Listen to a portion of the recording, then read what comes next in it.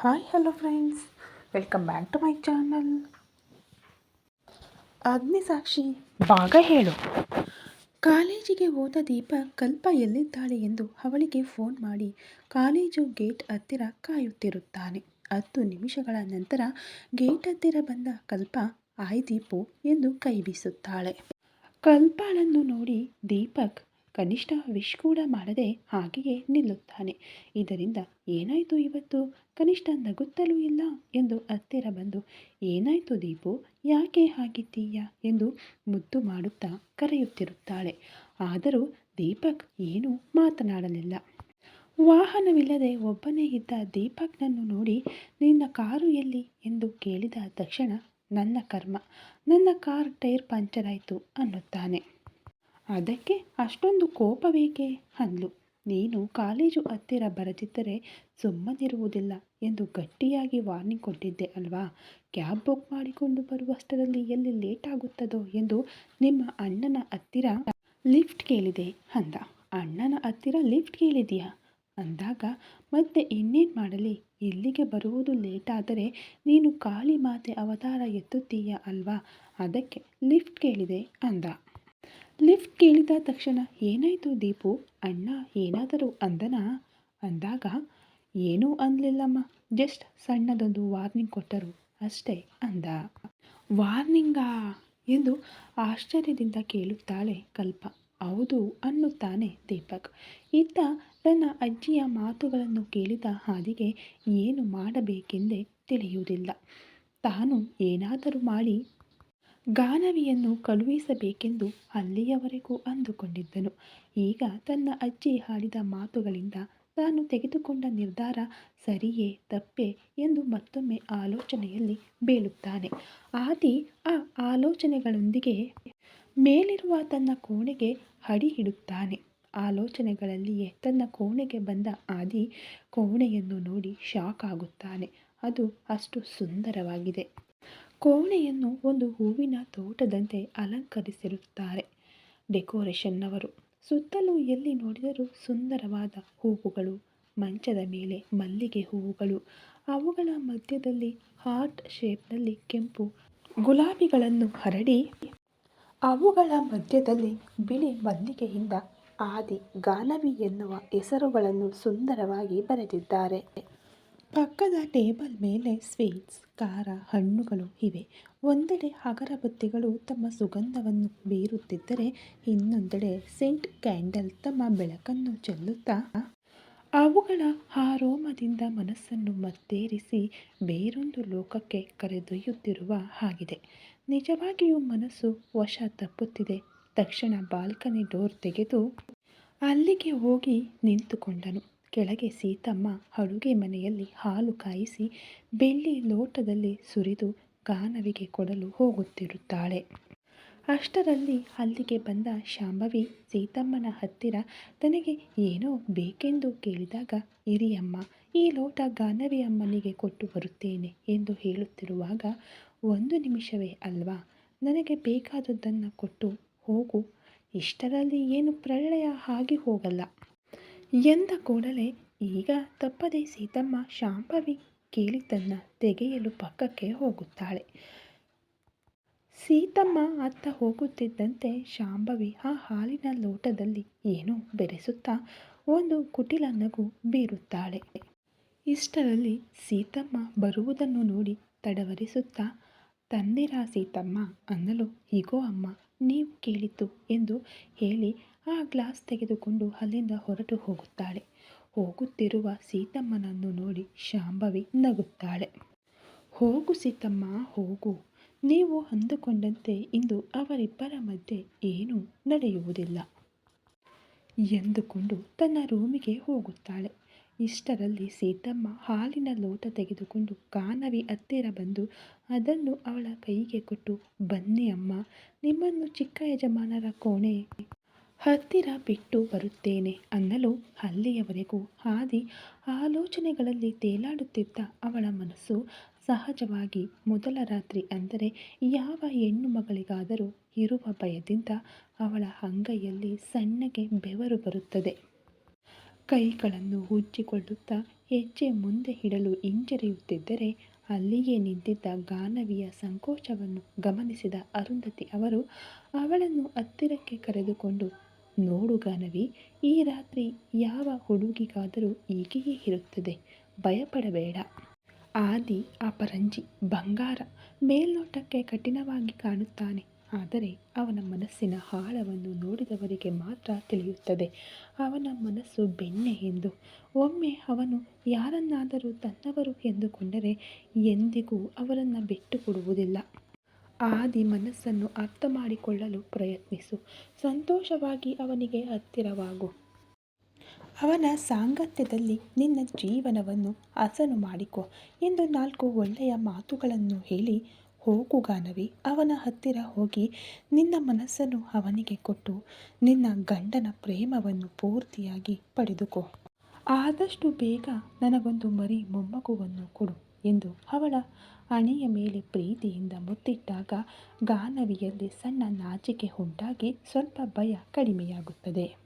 ಸೀತಮ್ಮ ಗಾನವಿಯನ್ನು ಆದಿ ಕೋಣೆಗೆ ಕರೆದುಕೊಂಡು ಹೋಗು ಎಂದ ತಕ್ಷಣ ಬನ್ನಿ ಅಮ್ಮ ಎಂದು ಗಾನವಿಯನ್ನು ಮೇಲಕ್ಕೆ ಕರೆದುಕೊಂಡು ಹೋಗಿ ಆದಿ ರೂಮಿನೊಳಗೆ ಕಳುಹಿಸಿ ಕೆಳಗೆ ಬಂದು ಬಿಡುತ್ತಾಳೆ ಸೀತಮ್ಮ.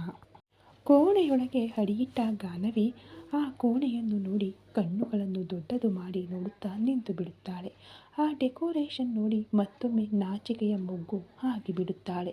ತಾನು ಕೋಣೆಯೊಳಗೆ ಬಂದು 10 ನಿಮಿಷಗಳಾಗಿದ್ದರೂ ಯಾವುದೇ ಸದ್ದು ಕೇಳಿಸದೇ ಇರುವುದರಿಂದ ತಲೆ ಎತ್ತಿ ಒಮ್ಮೆ ಸುತ್ತಲೂ ನೋಡುತ್ತಾಳೆ. ಆದರೆ ಆದಿತ್ಯ ಎಲ್ಲಿಯೂ ಕಾಣಿಸುವುದಿಲ್ಲ.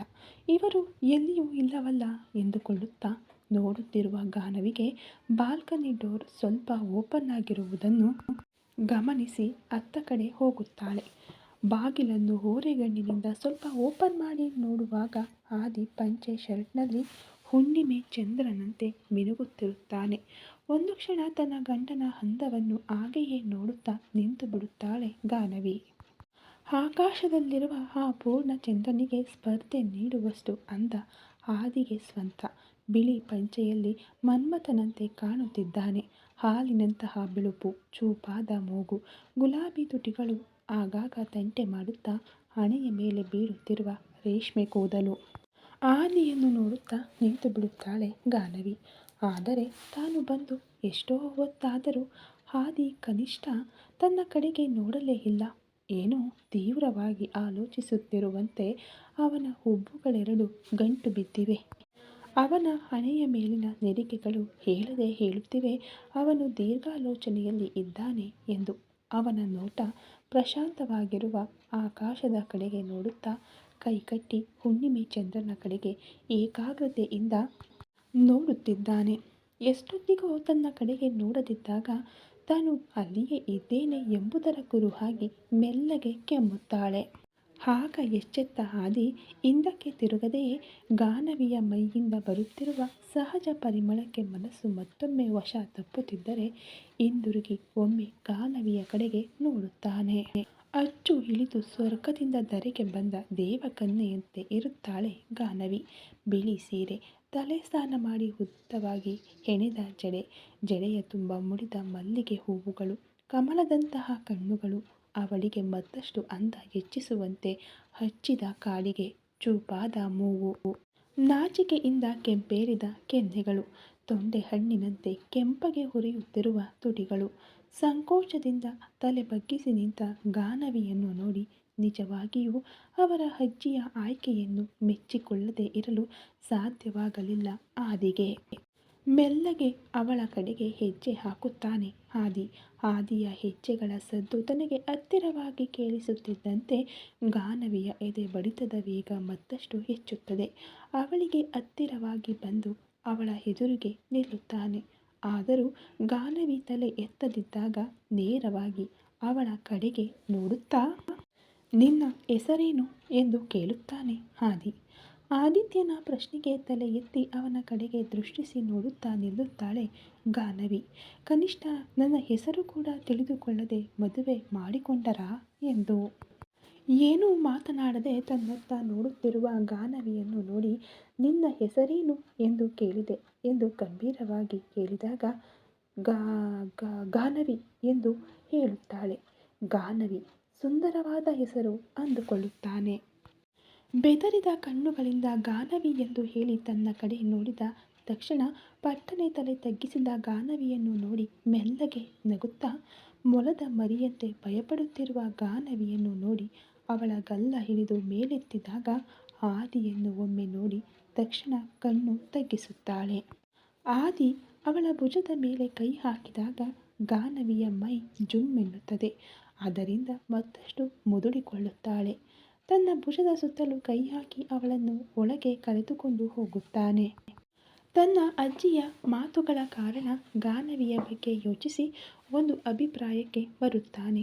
ಆದಿ ಗಾನವಿಯ ಹತ್ತಿರ ಬರುತ್ತಿದ್ದಂತೆ ಓರೆಯಾಗಿ ಆದಿಯನ್ನು ನೋಡುತ್ತಾ ಹಾಲಿನ ಲೋಟವನ್ನು ಅವನ ಮುಂದೆ ಇಡುತ್ತಾಳೆ. ಗಾನವಿ ಇದೇಕೆ ಅನ್ನುತ್ತಾನೆ. ಹಾಲು ಕುಡಿಬೇಕಂತೆ ಅಂದಾಗ ಏನು ಅನ್ನುತ್ತಾನೆ ಅರ್ಥವಾಗದಂತೆ. ಇಬ್ಬರು ಹಂಚಿಕೊಳ್ಳಲು ಹೇಳಿದರು ಎಂದು ಸಣ್ಣ ನಾಚಿಕೆಯಿಂದ ಹೇಳುತ್ತಿದ್ದರೆ ತನ್ನ ಕೈಯಲ್ಲಿ ಹಾಲಿನ ಲೋಟ ತೆಗೆದುಕೊಂಡು ಬಾಯಿಯ ಹತ್ತಿರ ಇಟ್ಟುಕೊಂಡು ಕುಡಿಯುವಷ್ಟರಲ್ಲಿ ಆದಿ ಫೋನ್ ರಿಂಗ್ ಆಗುತ್ತಿರುತ್ತದೆ.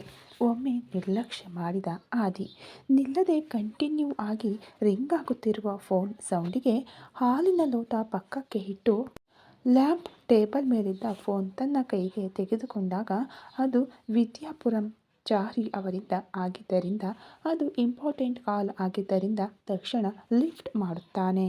ಹಲೋ ಯಜಮಾನ್ರೆ ಅನ್ನಲು ಹೇಳಿ ಚಾರಿಗಳೇ ಎಂದ ಆದಿ ಜೊತೆ ಚಾರಿ ಅವರು ಏನೋ ಹೇಳಿದಾಗ ಕೇಳುತ್ತಿದ್ದ ಆದಿ ಕಣ್ಣುಗಳು ಕೆಂಪಾಗಿ ದವಡೆಗಳು ಬಿಗಿದುಕೊಂಡು ಮುಷ್ಟಿ ಬಿಗಿಯುತ್ತಾನೆ.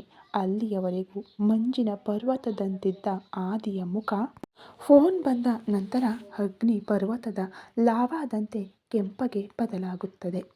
ಫೋನ್ ಬಂದ ತಕ್ಷಣ ಬದಲಾದ ಆದಿಯ ರೂಪವನ್ನು ನೋಡುತ್ತಾ ಭಯದಿಂದ ಬಿಗಿದುಕೊಳ್ಳುತ್ತಾಳೆ ಗಾನವಿ.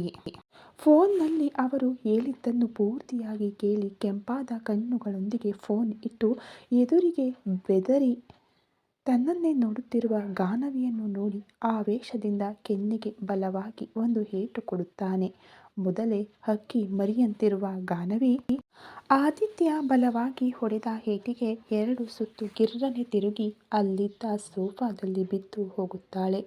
ಒಂದು ಕ್ಷಣದಲ್ಲಿ ಬದಲಾದ ಆದಿಯ ವರ್ತನೆ ನೋಡಿ ಏನಾಯಿತು ಎಂದು ಅರ್ಥವಾಗದೆ ಎದುರಿಗೆ ರೌದ್ರಾವತಾರದಲ್ಲಿರುವ ಆದಿಯ ರೂಪ ನೋಡಿ ಭಯದಿಂದ ಸತ್ತಂತಾಗುತ್ತಾಳೆ ಗಾನವಿ. ವೇಗವಾಗಿ ಅವಳ ಹತ್ತಿರ ಬಂದು ತನ್ನ ಎಡಗೈಯಿಂದ ಗಾನವಿಯ ತೋಳು ಹಿಡಿದು ಅವಳನ್ನು ಮೇಲೆತ್ತಿ ಎಷ್ಟು ಧೈರ್ಯವಿದ್ದರೆ ಅಮಾಯಕಳಂತೆ ನಟಿಸಿ ನಮ್ಮ ಅಜ್ಜಿಯನ್ನೇ ಮೋಸ ಮಾಡುತ್ತೀಯಾ ಎಂದು ಅನ್ನಲು ಮೋಸ ಎನ್ನುವ ಮಾತಿಗೆ ತಾನೇನು ಮಾಡಿದೆ ಎಂದು ಅರ್ಥವಾಗದೆ ಹಾಗೆಯೇ ನೋಡುತ್ತಿರುತ್ತಾಳೆ. ಆದರೆ ನಮ್ಮ ಅಜ್ಜಿಯನ್ನು ಮೋಸ ಮಾಡಿದಷ್ಟು ಸುಲಭವಲ್ಲ ನನ್ನನ್ನು ನಂಬಿಸುವುದು ಅನ್ನಲು ಆದಿ ಅಸಲು ಏನು ಮಾತನಾಡುತ್ತಿದ್ದಾನೋ ಅರ್ಥವಾಗದೆ ಆದಿತ್ಯ ಹೊಡೆದ ಏಟಿಗೆ ತಲೆ ಗಿರ್ರನೆ ತಿರುಗುತ್ತಿದ್ದರೂ ಆ ನೋವಿಗಿಂತ ಮೋಸ ಮಾಡಿದೆ ಎನ್ನುವ ಮಾತಿಗೆ ಹೆಚ್ಚು ನೋವಾಗಿ 2 ಕಣ್ಣುಗಳಿಂದ ಕಣ್ಣೀರು ಏಕಧಾರೆಯಾಗಿ ಸುರಿಯುತ್ತಿದ್ದರೆ ಎದುರಿಗೆ ಕಣ್ಣುಗಳಲ್ಲಿ ಬೆಂಕಿ ಹೊಗಳುತ್ತಾ ತನ್ನತ್ತಲೇ ನೋಡುತ್ತಿರುವ ಆದಿಯನ್ನು ನೋಡುತ್ತಾಳೆ. ತನ್ನತ್ತಲೇ ನೋಡುತ್ತಾ ನಾನೇನು ಮಾಡಿದೆ ಎನ್ನುವಂತೆ ಕಣ್ಣೀರಿನಿಂದ ತನ್ನನ್ನು ಪ್ರಶ್ನಿಸಿದಂತೆ ನೋಡುತ್ತಿರುವ ಗಾನವಿಯನ್ನು ನೋಡಿ ಅವಳ ಜುಟ್ಟು ಹಿಡಿದು ಕುತ್ತಿಗೆಯನ್ನು ಹಿಂದಕ್ಕೆ ಬಾಗಿಸಿ ಏನೇ ನಿನ್ನ ಅಮಾಯಕವಾದ ಮುಖದಿಂದ ಈ ಕಣ್ಣೀರು ಸುರಿಸಿ ನನ್ನನ್ನು ಕೂಡ ನಂಬಿಸೋಣ ಎಂದುಕೊಂಡೆಯಾ? ನಿನ್ನ ಮುಖ ನೋಡಿ ಮೋಸ ಹೋಗಲು ನಿನ್ನ ಕಣ್ಣೀರು ನೋಡಿ ಕರಗಲು ನಾನಲ್ಲ ನಮ್ಮ ಅಜ್ಜಿ, ನಾನು ಆದಿ. ಆದಿತ್ಯ ನನ್ನನ್ನು ಅಷ್ಟು ಈಸಿಯಾಗಿ ಮೋಸ ಮಾಡಲು ಸಾಧ್ಯವಿಲ್ಲ ಅಂದಾಗ ಇನ್ನು ತಾನೇನು ಮಾಡಿದೆ ಎಂದು ಅರ್ಥವಾಗದೆ ಹಾಗೆಯೇ ನೋಡುತ್ತಿದ್ದರೆ ಏನೇ ಹಾಗೆ ನೋಡ್ತಾ ಇದ್ದೀಯಾ? ಹೋ, ನೀನು ಮಾಡಿದ್ದು ನನಗೆ ಹೇಗೆ ತಿಳಿಯಿತು ಎಂದ? ಸ್ವತಃ ನಿನ್ನನ್ನು ಬೆಳೆಸಿದ ನಿನ್ನ ಚಿಕ್ಕಮ್ಮ ಹೇಳಿದರು ಅನ್ನಲು ಚಿಕ್ಕಮ್ಮ ಹೇಳಿದರಾ? ಏನು ಹೇಳಿದರು ಎಂದು ಆಲೋಚನೆಯಲ್ಲಿ ಬಿದ್ದಳು ಗಾನವಿ. ನಮ್ಮ ಅಜ್ಜಿ ನಿನ್ನನ್ನು ನೋಡಿ ನೀನು ಒಳ್ಳೆಯವಳೆಂದು ಗುಣವಂತೆಯೆಂದು ನನ್ನನ್ನು ಮದುವೆ ಮಾಡಿಕೊ ಎಂದು ಕೇಳಲು ಬಂದರೆ ಅವಳ ಮುಂದೆ ಒಳ್ಳೆಯವಳಂತೆ ನಟಿಸಿ ನಮ್ಮ ಚಿಕ್ಕಪ್ಪನವರ ಜೊತೆ ಮಾತನಾಡಿ ಎಂದು ಅವರ ಹತ್ತಿರ ಹೇಳಿ ಮನೆಗೆ ಹೋಗಿ ನಿಮ್ಮ ಚಿಕ್ಕಪ್ಪನವರ ಜೊತೆ ಅವರು ತುಂಬ ಶ್ರೀಮಂತರು. ಹುಡುಕಿಕೊಂಡು ಬಂದು ಮದುವೆ ಸಂಬಂಧ ತಂದಿದ್ದಾರೆ. ಈ ಮದುವೆ ನಡೆದರೆ ನಾನು ದೊಡ್ಡ ಮನೆ ಸೊಸೆ ಆಗುತ್ತೇನೆ. ಈಗ ನನಗೂ ನಿಮಗೂ ಯಾವುದೇ ಸಂಬಂಧ ಇರುವುದಿಲ್ಲ ಎಂದಾಗ ಅವರಿಗೆ ಬಂದಿದ್ದು ನಮ್ಮ ಅಜ್ಜಿ ಎಂದು ತಿಳಿದು ಆಕೆಯನ್ನು ಮೋಸ ಮಾಡುವುದು ಇಷ್ಟವಿಲ್ಲದೆ ನಿನ್ನ ಬಗ್ಗೆ, ನಿನಗೆ ಬಾಲ್ಯದಿಂದಲೂ ಇರುವ ಹಣದ ಹುಚ್ಚಿನ ಬಗ್ಗೆ, ತುಂಬ ಶ್ರೀಮಂತರನ್ನು ನೋಡಿ ಬಲೆ ಬೀಸಿ ಮದುವೆ ಮಾಡಿಕೊಳ್ಳಲು ಅಂದುಕೊಂಡಿದ್ದೀಯಾ ಎಂದು ಸತ್ಯ ಹೇಳಬೇಕು ಅಂದುಕೊಂಡರೆ ಅವರು ಎಲ್ಲಿ ನಮ್ಮ ಅಜ್ಜಿಗೆ ಹೇಳುತ್ತಾರೋ ಎಂದು ಅವರು ಆಕೆಯ ಜೊತೆ ನಿನ್ನ ಬಗ್ಗೆ ಹೇಳದಂತೆ ತಡೆಯಲು, ನೀವು ಈ ಮದುವೆ ಮಾಡಿದರೆ ನಿಮ್ಮ ಚಿಕ್ಕಪ್ಪನಿಗೆ ಇರುವ 50 ಲಕ್ಷ ಸಾಲ ತೀರಿಸುತ್ತೇನೆ ಎಂದು ಹೇಳಿ ಮೊದಲೇ ಅವರ ಬಾಯಿಗೆ ಬೀಗ ಹಾಕಿ ನಿನ್ನನ್ನು ನನಗೆ ಕೊಟ್ಟು ಮದುವೆ ಮಾಡಬೇಕೆಂದರೆ 50 ಲಕ್ಷ ಅವರಿಗೆ ಕೊಡಲೇಬೇಕೆಂದು ಅವರ ಕೈಯಿಂದಲೇ ನಮ್ಮ ಅಜ್ಜಿಯನ್ನು ಕೇಳಿಸಿ ಅದು ಕೊಟ್ಟರೆ ಮಾತ್ರವೇ ಮದುವೆ ಮಾಡುತ್ತೇವೆ ಎಂದು ಹೇಳಿಸುತ್ತೀಯಾ? ಹಣದ ಆಸೆ ತೋರಿಸಿ ಅವರ ಬಾಯಿಗೆ ಬೀಗ ಹಾಕಿದೆಯಾ? ಅದರಿಂದ ಅವರು ಸಾಲ ತೀರಿಸಿಕೊಳ್ಳಬಹುದು ಎಂದು ಆಸೆಪಟ್ಟು ಹಾಗೆಯೇ ಮಾಡುತ್ತೇವೆ, ನಿನ್ನ ಬಗ್ಗೆ ಏನೂ ಹೇಳುವುದಿಲ್ಲ ಎಂದು ಒಪ್ಪಿಕೊಂಡರಾ? ಅದಕ್ಕೇನಾ ನಮ್ಮ ಅಜ್ಜಿ ಮದುವೆಗೆ ಹಿಂದಿನ ದಿನ ನಮ್ಮ ಅಕೌಂಟೆಂಟನ್ನು ಬೆದರಿಸಿ ಯಾರಿಗೂ ಹೇಳದೆ 50 ಲಕ್ಷ ತರಿಸಿಕೊಟ್ಟಿದ್ದು. ನಿಮ್ಮ ಚಿಕ್ಕಪ್ಪನಿಗೆ ಹಣ ಸೇರಿದ ನಂತರವೇ ಮದುವೆ ಮಂಟಪದಲ್ಲಿ ಕುಳಿತೆಯಾ ಎಂದು ಹೊಡೆದಂತೆಯೇ ಕೇಳಲು ಆದಿ ಮಾತನಾಡಿದ್ದು ಒಂದು ಚೂರು ಕೂಡ ಅರ್ಥವಾಗುವುದಿಲ್ಲ ಗಾನವಿಗೆ. ಆದರೆ ತನ್ನ ಚಿಕ್ಕಮ್ಮ ಚಿಕ್ಕಪ್ಪ ಇಬ್ಬರೂ ಆದಿ ಅವರ ಅಜ್ಜಿಯ ಹತ್ತಿರ ತನ್ನನ್ನು ಆದಿಗೆ ಕೊಟ್ಟು ಮದುವೆ ಮಾಡಲು 50 ಲಕ್ಷ ತೆಗೆದುಕೊಂಡು ತನ್ನನ್ನು ಮಾರಿಬಿಟ್ಟರು ಎಂದು ಮಾತ್ರ ಅರ್ಥವಾಗುತ್ತದೆ. ಆದಿ ಕೇಳಿದ ಮಾತುಗಳಿಗೆ ಏನೂ ಮಾತನಾಡದೆ ಸುರಿಯುತ್ತಿರುವ ಕಣ್ಣೀರಿನೊಂದಿಗೆ ಆದಿಯನ್ನೇ ನೋಡುತ್ತಿರುವ ಗಾನವಿಯನ್ನು ನೋಡಿ ಮಾತನಾಡು ಎಂದು ಕಂಚಿನ ಕಂಠದಿಂದ ಅನ್ನುತ್ತಾ ಗಾನವಿಯ ಕುತ್ತಿಗೆ ಹಿಡಿದು ಗೋಡೆಗೆ ಆನಿಸಿ ಕೆಳಗಿನ ಫ್ಲೋರ್ ಮೇಲಿಂದ 2 ಹೆಜ್ಜೆ ಮೇಲೆತ್ತಿದಾಗ ಉಸಿರಾಡಲು ಕಷ್ಟಪಟ್ಟು ಒದ್ದಾಡುತ್ತಾಳೆ ಗಾನವಿ. ಒಂದೆಡೆ ಉಸಿರು ಆಡದಿದ್ದರೂ ತನ್ನನ್ನು ಬೆಳೆಸಿದ ಚಿಕ್ಕಮ್ಮ ಚಿಕ್ಕಪ್ಪ ಹಾಗೆ ಮಾಡಿದರು ಎಂದು ತಿಳಿದ ಮೇಲೆ ದುಃಖ ತಡೆಯಲಾಗದೆ, ಏನೂ ಮಾತನಾಡಲಾಗದೆ ಆದಿ ಕೈಗಳಿಂದ ತನ್ನನ್ನು ಬಿಡಿಸಿಕೊಳ್ಳುವ ಪ್ರಯತ್ನ ಕೂಡ ಮಾಡುವುದಿಲ್ಲ ಗಾನವಿ.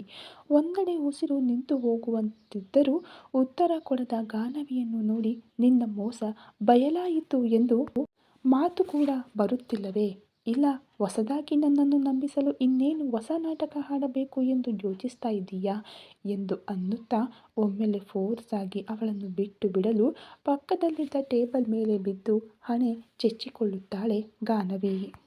ಇದ್ದಕ್ಕಿದ್ದಂತೆ ಟೇಬಲ್ ಮೇಲೆ ಫೋರ್ಸ್ ಆಗಿ ಬಿದ್ದಿದ್ದರಿಂದ ಗಾನವಿಯ ಕೈ ಜೋರಾಗಿ ಟೇಬಲ್ ಮೇಲಿದ್ದ ವಸ್ತುಗಳಿಗೆ ತಗುಲಿ ಪಕ್ಕದಲ್ಲಿದ್ದ ಹಾಲಿನ ಲೋಟ ಕೆಳಗೆ ಬಿದ್ದು ಹಾಲು ನೆಲದ ಮೇಲೆ ಚೆಲ್ಲಿ ಹೋಗಿ ಬೆಳ್ಳಿ ಲೋಟ ಫ್ಲೋರ್ ಮೇಲೆ ಬಿದ್ದು ಸದ್ದು ಮಾಡುತ್ತಾ ರೌಂಡ್ ಆಗಿ ತಿರುಗಿ ಸ್ವಲ್ಪ ಸಮಯಕ್ಕೆ ನಿಂತು ಹೋಗುತ್ತದೆ. ಲೋಟದಿಂದ ನೆಲದ ಮೇಲೆ ಚೆಲ್ಲಿದ ಹಾಲನ್ನು ನೋಡುತ್ತಾ ತನ್ನ ಜೀವನ ಕೂಡ ಹಾಗೆಯೇ ತನ್ನ ಕೈಗಳಿಂದ ಜಾರಿ ಹೋಯಿತು ಎಂದು ತನ್ನ ಚಿಕ್ಕಮ್ಮ ಚಿಕ್ಕಪ್ಪ ಮಾಡಿದ ಕೆಲಸಕ್ಕೆ ಇನ್ನೂ ಜೀವನದಲ್ಲಿ ಆದಿ ತನ್ನನ್ನು ನಂಬುವುದಿಲ್ಲ ಎಂದು, ತನಗೆ ತನ್ನ ಹೆಂಡತಿಯ ಸ್ಥಾನ ಎಂದಿಗೂ ಕೊಡುವುದಿಲ್ಲ ಎಂದು ಅರ್ಥವಾಗಿ ಹೋಗುತ್ತದೆ ಗಾನವಿಗೆ. ಹಣೆ ಒಡೆದು ರಕ್ತ ಬರುತ್ತಿರುವ ಗಾನವಿಯನ್ನು ನೋಡಿ ಏಕಮಾತ್ರ ಕನಿಕರ ತೋರಿಸದೆ ಮತ್ತೊಮ್ಮೆ ಅವಳ ತೋಳು ಹಿಡಿದು ಮೇಲೆತ್ತಿ, ಯಾವ ಹಣಕ್ಕಾಗಿ ನನ್ನನ್ನು ಮದುವೆ ಮಾಡಿಕೊಂಡೆಯೋ ಅದು ನಿನಗೆ ಎಂದಿಗೂ ದಕ್ಕುವುದಿಲ್ಲ. ಯಾವ ಹಣ ನೋಡಿ ನನ್ನನ್ನು ಮದುವೆ ಮಾಡಿಕೊಂಡು ಈ ಮನೆಗೆ ಬಂದು ಈ ಆಸ್ತಿಯನ್ನು ಅನುಭವಿಸೋಣ ಎಂದು ಅಂದುಕೊಂಡೆಯೋ ಆ ಆಸೆ ನೆರವೇರುವುದಿಲ್ಲ. ನೀನು ಈ ಮನೆಯಲ್ಲಿ ಎಲ್ಲರ ಮುಂದೆ ಈ ಮನೆಯ ಸೊಸೆ ಇರಬಹುದು, ಹೊರಗಿನ ಸಮಾಜದಲ್ಲಿ ನನ್ನ ಹೆಂಡತಿ ಇರಬಹುದು, ಆದರೆ ನನಗೆ ಮಾತ್ರ ನನ್ನ ಅಜ್ಜಿ 50 ಲಕ್ಷ ಸುರಿದು ನಿನ್ನನ್ನು ಕೊಂಡುಕೊಂಡು ನನಗಾಗಿ ತಂದಿರುವ ಕೆಲಸದವಳು ನೀನು, ನನ್ನ ಗುಲಾಮಳು. ಇಂದಿನಿಂದ ನನ್ನ ಹತ್ತಿರ ನಿನ್ನ ಸ್ಥಾನ ಅದೇ ಎಂದು ಕಟುವಾಗಿ ಹೇಳಿ, ನಾಳೆಯಿಂದ ನನ್ನ ಕೆಲಸದವಳಂತೆ ನನ್ನ ಕೆಲಸಗಳೆಲ್ಲ ನೀನೇ ಮಾಡಬೇಕು. ಬೇಡವೆಂದು ಇನ್ನೇನಾದರೂ ಮಾಡಲು ನೋಡಿದೆಯೋ?